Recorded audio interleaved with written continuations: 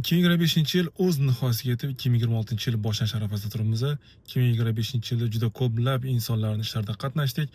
Ayrimlarini ozod bo'lishga, ayrimlarini jazo muddatini kamaytirishga, ayrimlarini esa mushkulni oson qilishga sababchilardan bo'ldik. Avvalambor bunga Allohimizga hamdlar aytamiz. Nima demoqchiman? Ko'p ishlarimizni Instagramga qo'ya olmaymiz. Ayrim insonlarning shaxsiyatiga, kelajagiga va boshqa ayrim sabablarga ko'ra Instagramga qo'yamiz. Lekin ayrim insonlar roziligi bilan, ularning roziligini olgan holatda videolarni joylashtirib bordik. Videolarda kommentlarda ko'plab duolar qilishdi. G'oyibona duo qilgan insonlar bor, direktimga yozib duo qilgan insonlar bor. Hammadan Alloh rozi bo'lsin. Alloh ularning mushkulini oson qilsin. Va quyida kichkinagina roligimiz bor. Qilingan natijalarni jamlab kichkinagina bir rolik qilib qo'ydim. Ko'rasizlar va hammamizdan Alloh rozi bo'lsin. Salomat bo'linglar.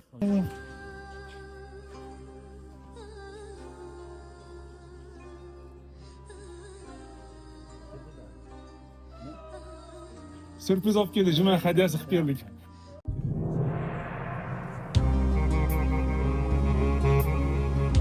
Dünya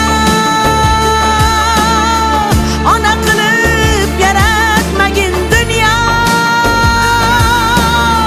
farzandog'in ko'rsatmagin dünya onalarning onasisan kim farzandini yomon ko'rar insofini tilab bergin dünya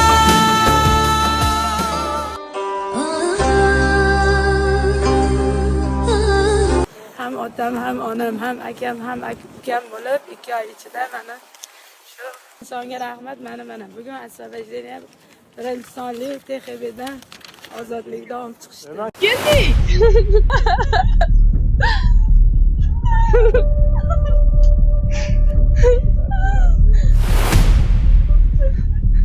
Ana sizlarga sovg'a.